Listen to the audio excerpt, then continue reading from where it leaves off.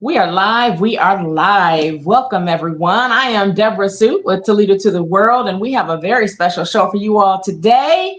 I am welcoming in a guest who is out of town. He is not a Toledoan. In fact, he is from the southern states.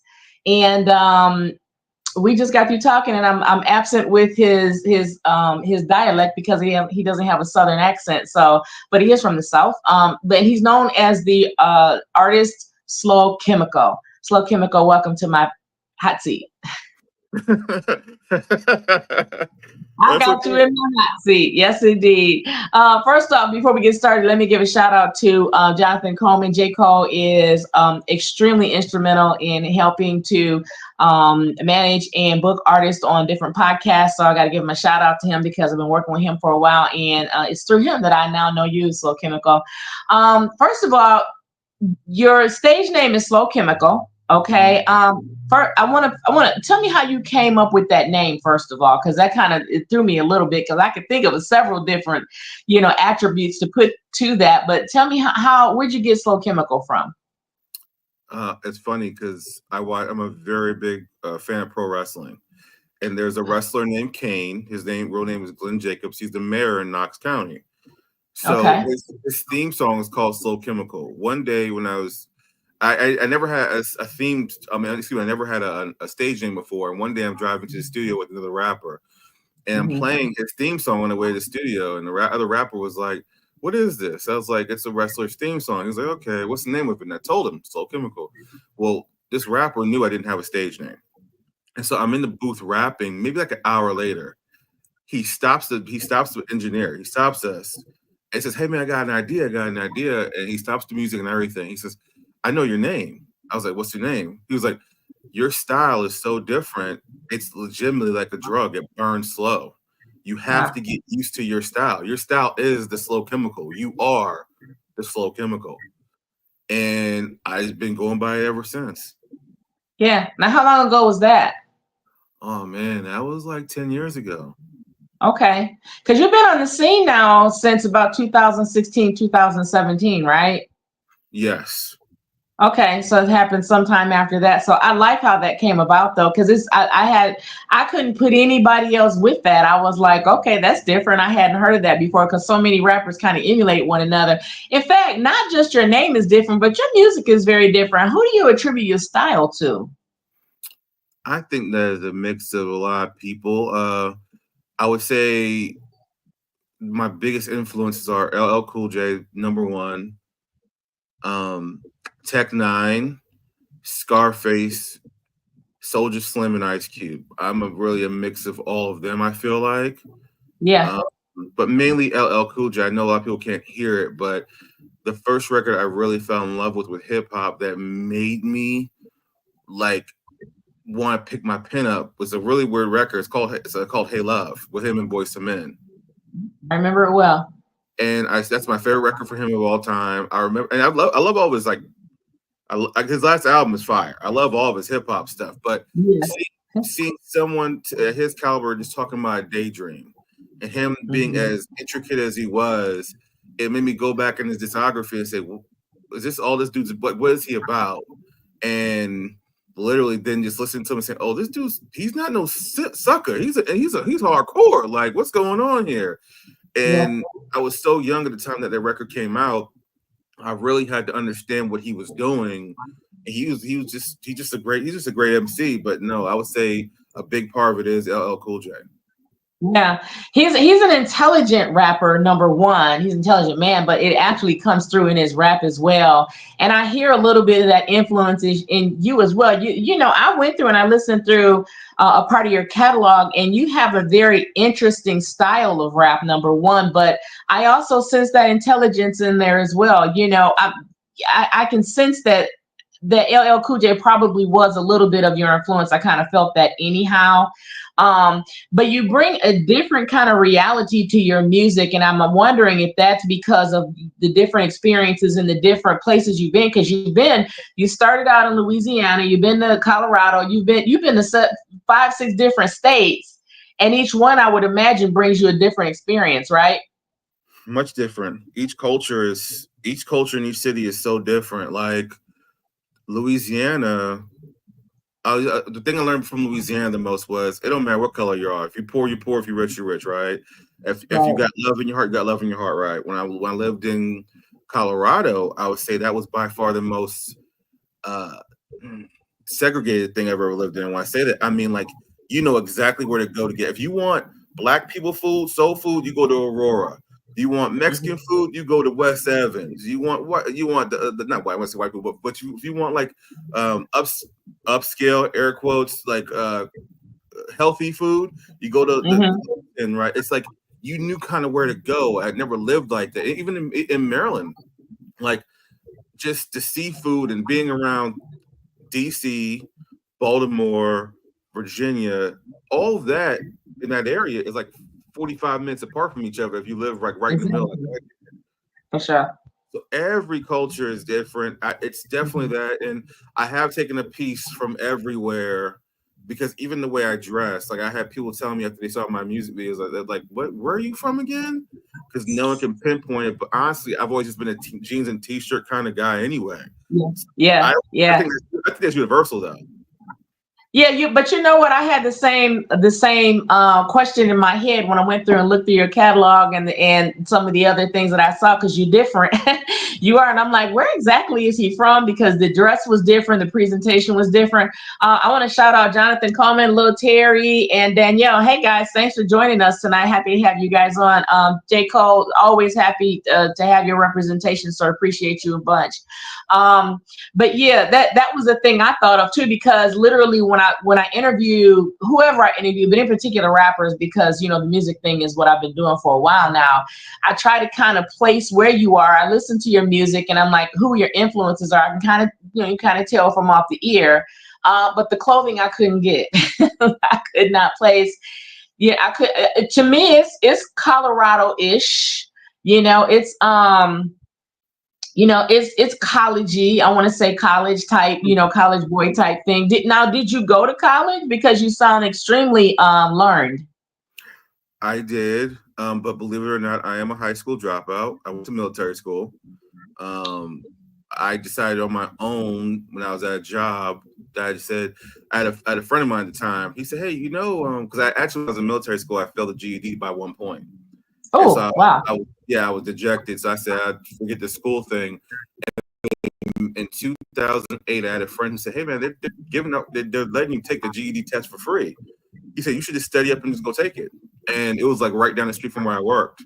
And so then I went and got my GED, and then something in me said, "No, you know what it is? Me being credited. Like I wanted to go to college, I didn't have the confidence until Dr. Brown, probably the most authentic man I've ever met in my life. He passed away 1 year ago next month. He said, "Hey, I can get you into college. You should go to college." And he just believes in African American people that we can do better for ourselves. He's just a very great man we lost. And to his credit, this man went with me to sign up. He actually, to this day, I still have a huge box of pencils, crayons, notepads that he gave me in order to get through Wow. college. Yeah. So that was all Dr. Brown, the college thing.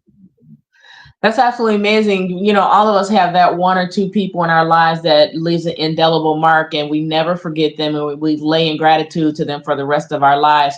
Southside Mike, thanks for joining us. Love you too back. Appreciate you.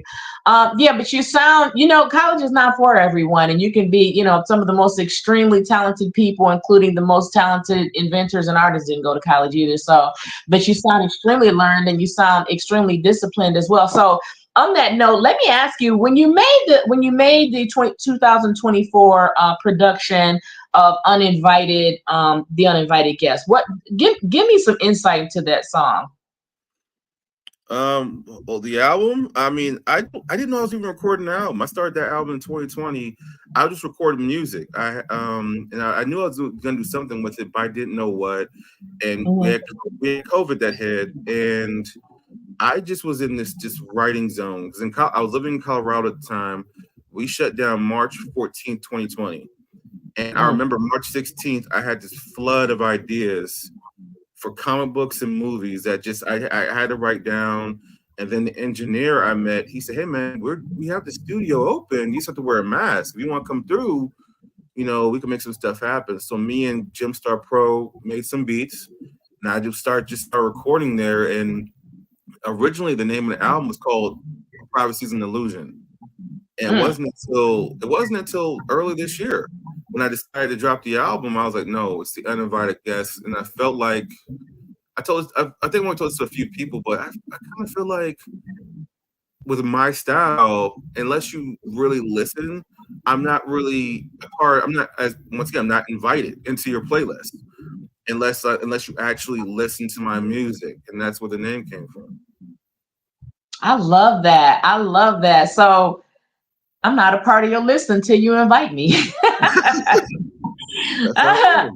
I wouldn't. I love that whole explanation. That's interesting, because it's like me when I got into your music, which you are now an invited guest of mine, sir. I appreciate it. I appreciate you on the show, and I appreciate your music because I like. I believe, I work with all types of genres of music, but I love the intelligent rapper. Not to say that some of this stuff that's out here now is number one hits and completely, Right.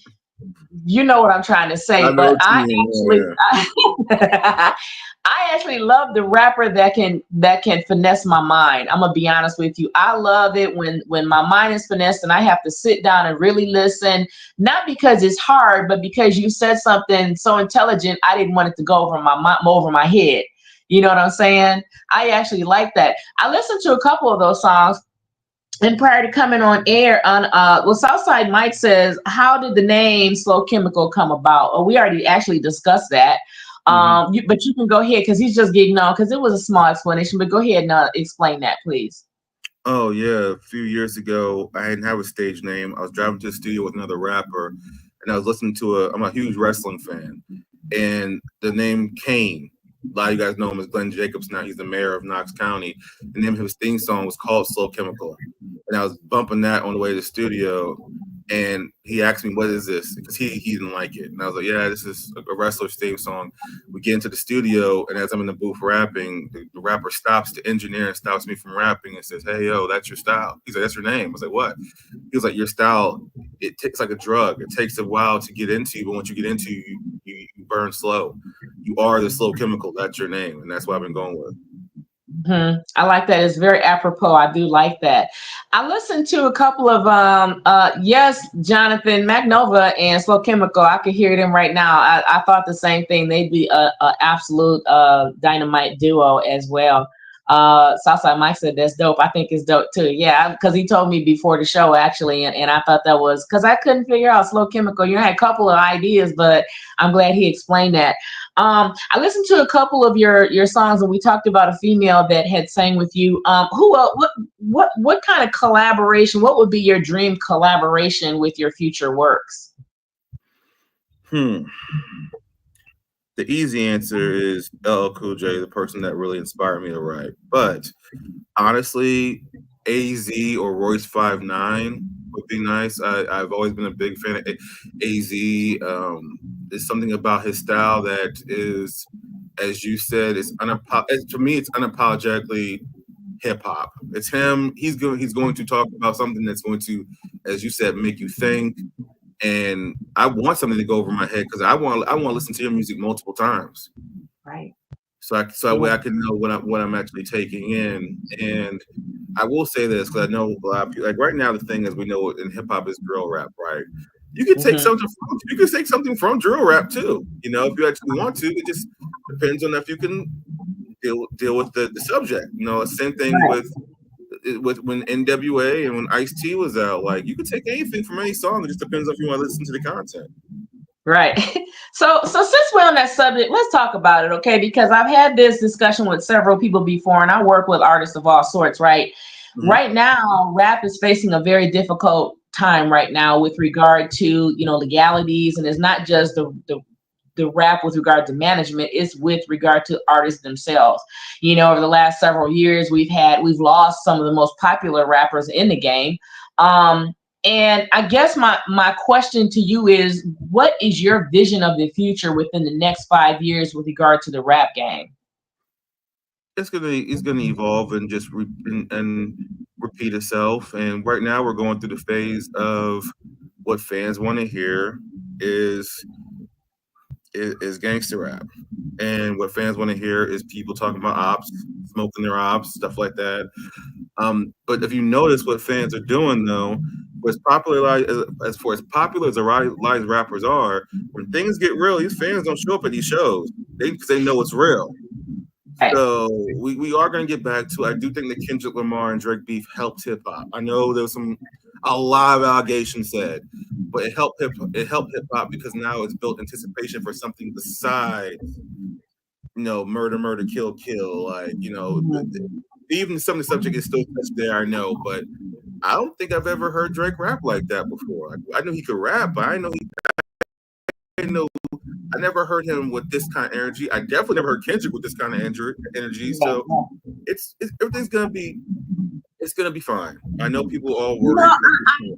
I certainly hope so because you've taken the two of the biggest rappers in the game, and some of it might be contrite, some of it might not be, some of it might be planned or staged, some of it Yeah, might not be, but and I think a lot of it sometimes is that because it's a planned thing just to bring the fans back. But I certainly hope with these two wonderful artists, to be honest with you, I hope it doesn't turn into anything more than that, or they don't let the fans turn it into anything more than that. Okay, because we really need to preserve our these two people because they are quite influential in the hip hop game.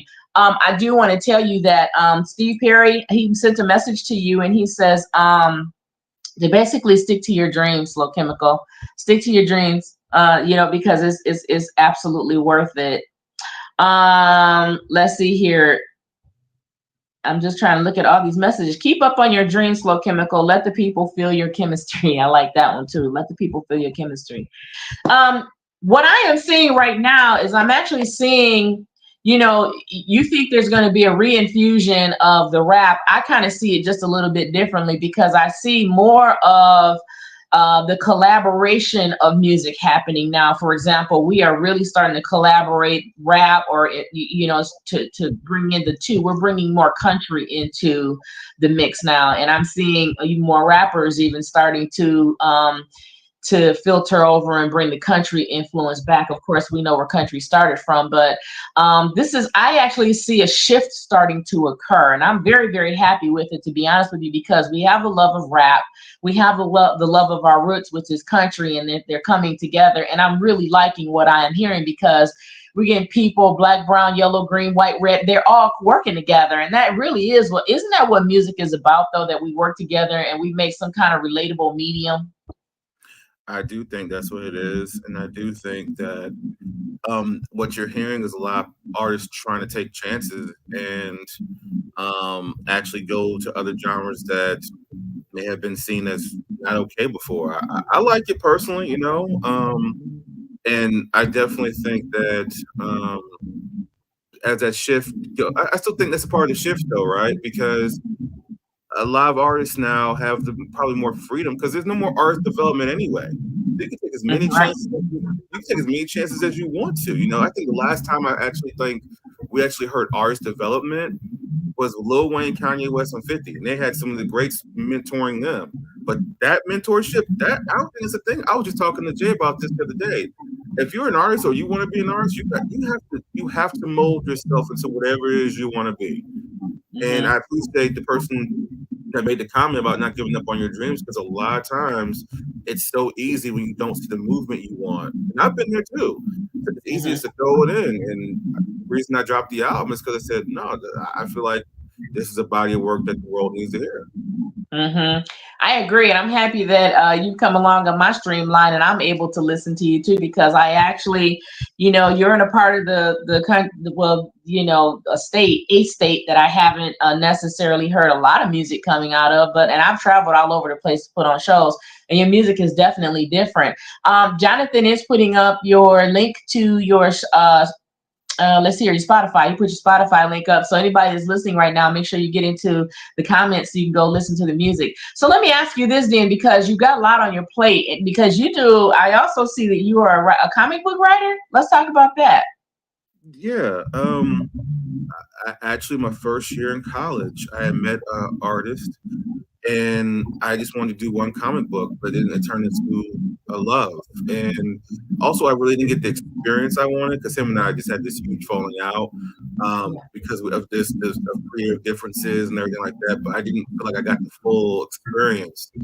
And then next thing you know, I ended up going to getting invited to Comic Cons, and it just built this love for it. I mean, I've always been in love with comic books. I'm a pro wrestling comic book head. Been that way since I was younger. But actually, to be creating, actually then have fans and meet them at Comic Cons, and it really motivates me to get better with every issue I put out. For sure, for sure. South Side Mike says, do you incorporate your comic books into your rap? That's a very good question. I do. I actually do themes. Every issue I drop a theme song with it. And some of my characters actually have theme songs. Like my main character's name is Sina, the Samoan Wolf, and I actually have a theme song for him on Spotify and all streaming platforms. Like, yeah, I definitely do it. It's hard not to, because when I write, especially the comics, I hear the music that I see these characters with as well. Sometimes they're one and the same. Sometimes it's just I can see them not just that's and I'm wrong. One day I would like them to be a movie, but for some reason when I see these panels, I'm like, man, I can still hear them walking to this kind of music, and yeah, I definitely incorporate it for sure. So can we find your artwork as far as your comic books are concerned? Or do you have a platform? Are you released on Amazon or Barnes and Noble, or is it something that do you strictly use your artwork for your music career, your album cover work, or what have you? Where is this a collab? What do I want to say for comic books? It's not. I guess it's a collection. It's called collection. If you have a collection, where can we find a collection? I'm on Comixology. I'm on Amazon. I'm on Google Play. Um, I'm all over with those as well. I Okay. self-published. I was published with one company before, but for the most part, there's so many rules to being published. I would highly suggest if you're going to do it, go the self-publishing route. Start off at Okay. least. Yeah, and you do your own artwork too? No, I don't. I used to do it. I don't have the love for it like I used to. So I work with another artist where I can do the outline for him, and I can give him the picture. Hey, I need you to now do this for me because when I was drawing, it's like when you're writing a rhyme. I can do that. I can rewrite that as many times as I need to not get the picture out. Right. Yeah, yeah. With drawing, I couldn't do it. With drawing, I just hated redoing everything over. If I met this artist and he can get my points across perfectly. Yeah, yeah. You need an artist that slash illustrator because they are the ones who make the thing come to make your words come to life. I am a publisher as well. I'm a publishing company, and I will be the first to say if you're not artistically inclined, by all means, you need an artist, you need an illustrator, to make things come to life. So definitely, big kudos for you. Congratulations on that. Let's talk about your filmmaking situation. How about that career? That came out of necessity. I had a director, like when I did my short films, my proof of concepts, I had a whole team set up.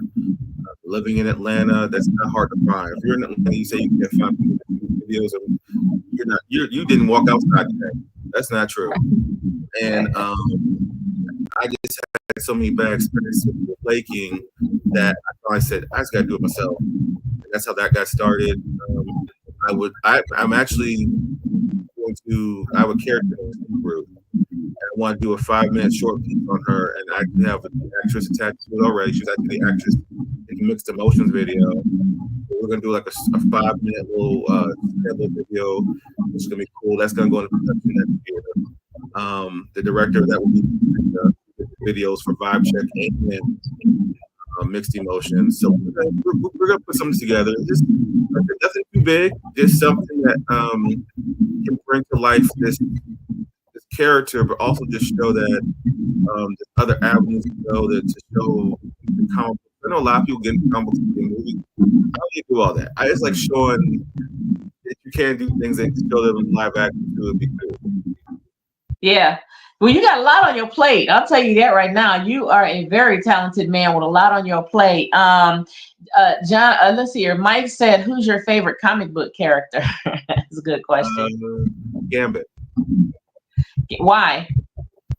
Just me, honestly, growing up, that's my nickname is Remy, but based off of Remy the Pose, Gambit, and I always just the connection of both of us being from Louisiana. And I will say this: 2024 has been a year of Gambit. We got Gambit in Deadpool and Wolverine. We got Gambit in the X-Men '97 show, and they portrayed him very, very well. I loved it. Okay. Prince Adair says, "I can act if you need a great actor." Yeah. When he has open call, make sure you keep a tab on him, Prince, because he got, he may just come back to Toledo and say, "Hey, what's up? Come on and try out." Okay. That's what's up. Well, you know what? You have done a ton of things: the filmmaking, the comic book writing, the album. Is there anything that you do? Is there anything I haven't mentioned that you do that you want to talk about?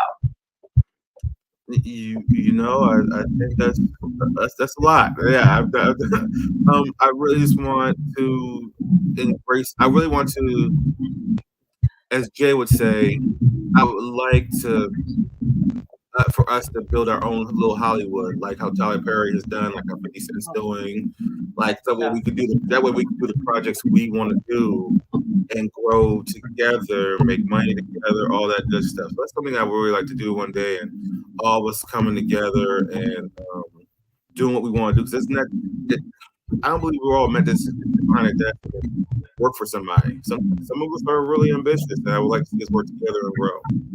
That's an ambitious plan, and you know what? It's time. It's time.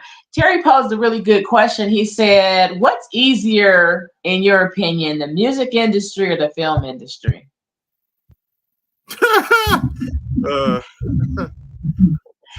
Neither. They're both difficult. They are. They are. Uh I huh. think, I think if you, yeah, they're both different, and they both change because I don't know. I don't think either one was easy, but if I had to choose one, I would definitely say the film industry personally, because you have more control over it. Like with the music, you can play all your music all day. It could be on distro kid, it could be on whatever, but it's just dude, people, they say that statistically over I think like 40 million songs are uploaded on these streaming services a day. How can you Yeah. stand out with 40 million records a day? That's hard, you Mhm. know? And even with films, you can still do something on YouTube. But see, with YouTube, you can put a little money behind that with Google ads or whatever, and those views can go up. Eventually, get someone that can help it go by. I would say, yeah, I talk myself into that one. Let's say the film Yeah. industry. I'm going to agree with you because I've been doing the music thing for almost 2 decades now, and I have consistently tried to tell the artists that there are hundreds of thousands of songs that are loaded up, and unless you really stand out so far above the rest, you kind of, unfortunately, all in the same swimming pool. And you really, honestly, it's investment. It really is a game. It's a money game. Really, it's a money game. How much money are you going to put in for marketing and promotion, or agrees in the hands of certain people, which we all know is illegal, but people still do it. And the music thing is really hard. I think if you are a really good film writer and you have a really, really good idea and something that resonates with other people, you probably got a better chance of picking up a lot more interest. I recommended a couple of my friends that were filmmakers over to Jonathan, and Mark Cummings already has his film picked up by Netflix because he was on Tubi, and now he just got picked up from Netflix. So shout out Mark, congratulations on that as well. So and we as a people, we have wonderful stories to tell, and I think every last one of Tyler Perry's movies have gone. Everybody has seen them, so we have a certain love and a certain comedy, a natural comedy to ourselves, and I think that resonates with just about everybody. So I'm really hoping that your film career takes off because it's definitely, your music is definitely something worth listening to, and I literally cannot wait to see what you present to the rest of the world in your filmmaking. Thank you. Thank you. I appreciate that. We are at a 6:31 hour. I want to ask, what's next for you? I know the movies. Any more music coming out 2025? Yeah, I'm actually going to release EP next year called Go West. And that's based off a conversation I had with someone where they told me the history of what it meant to go west. How in the 1800s, they said if you wanted success, they would say, young man, go west, young man, go west. And I just thought that was an interesting story. And I've just been in an interesting place with my writing. Even after the album, I never stopped writing. I have, I think, 10 songs I'm sitting on right now that are complete, and I have like 20 more that I'm going to finish. So I want to get some more of the music out. I just want to hold on to it. I just, and I'm gonna put it out. I'm gonna put it out for next year. I don't know when yet. At first it was January, but there's some other things working for January and February next year. So I'm gonna wait on that. You take your time because we aren't going anywhere. We're looking forward to it because one thing COVID did do, it did teach us to slow down. And it also taught us to put some thought into what we're doing if we want to attract the right attention, you know. So if it's not ready for January, then it's not ready for January. We'll be ready for you when you're ready for us. How about that? I agree with that 100%. I'm going to let you go ahead and give you accolades. Go ahead and do your shout outs now for me, sir. Thank you for having me on. I really do appreciate it. Jay, for hooking this up. Anyone who's in the chat, I appreciate the questions. Anyone who listened to the album, gave me feedback from the album, the music video. Minteka, who I met him through Jay last year, and he wanted to do something last year, but we put it together this year, and it's been wonderful. So thank you for everyone who supported, and more to come in the future. Awesome. Well, you know what? I am happy to have met you. Shout out to Jay, our marketing and promotions guy. He is the best thing that has happened to a lot of us. So Jay, thank you for all that you do, your hard work, and you know, your name is becoming very well known in the industry, and so we're happy to actually be associated with you as well, sir. So listen. Do not make yourself a stranger. When you have your song release, as well as any other release that you have, Slow Chemical, make sure you make it back to DebraSue. I'll be happy to have you back in my hot seat so we can help promote what you do. I will definitely make sure that I already follow you on IG, so we will stay in contact. Okay, that sounds perfect. All right, well, listen, everybody. Thank you all for tuning in to Toledo to the World with DebraSue, and we'd like to welcome and thank our out-of-town guests for coming to Toledo and visiting us in our hot seat. We usually push out Toledo artists, but we certainly welcome other artists and businesses and actors and film writers because you know what? We want to know what you're doing too, as well as pushing out what we do here in our little city because we love our little city, Toledo, Ohio. We're 45 minutes out from Detroit, Michigan, so we have a lot of influence and we communicate back and forth with one another. So we got it happening here too, people. Make sure you join me next week. I have another super guest sitting in my hot seat, Alicia Nador. She's going to be here to talk about her next event coming up. I gotta have you guys in the hot seat with me and her because this woman is an outstanding businesswoman right here in Toledo, Ohio and beyond. Okay, so I want to thank everybody that joined us. Make sure you hit us up again, same place, same as they say, same bat channel, same bat time. Make sure you get here. Okay, we're gonna see you all next week. Slow Chemical, thank you so very much for joining us. We're gonna tune out right now. Okay, y'all have a good one. Bye bye.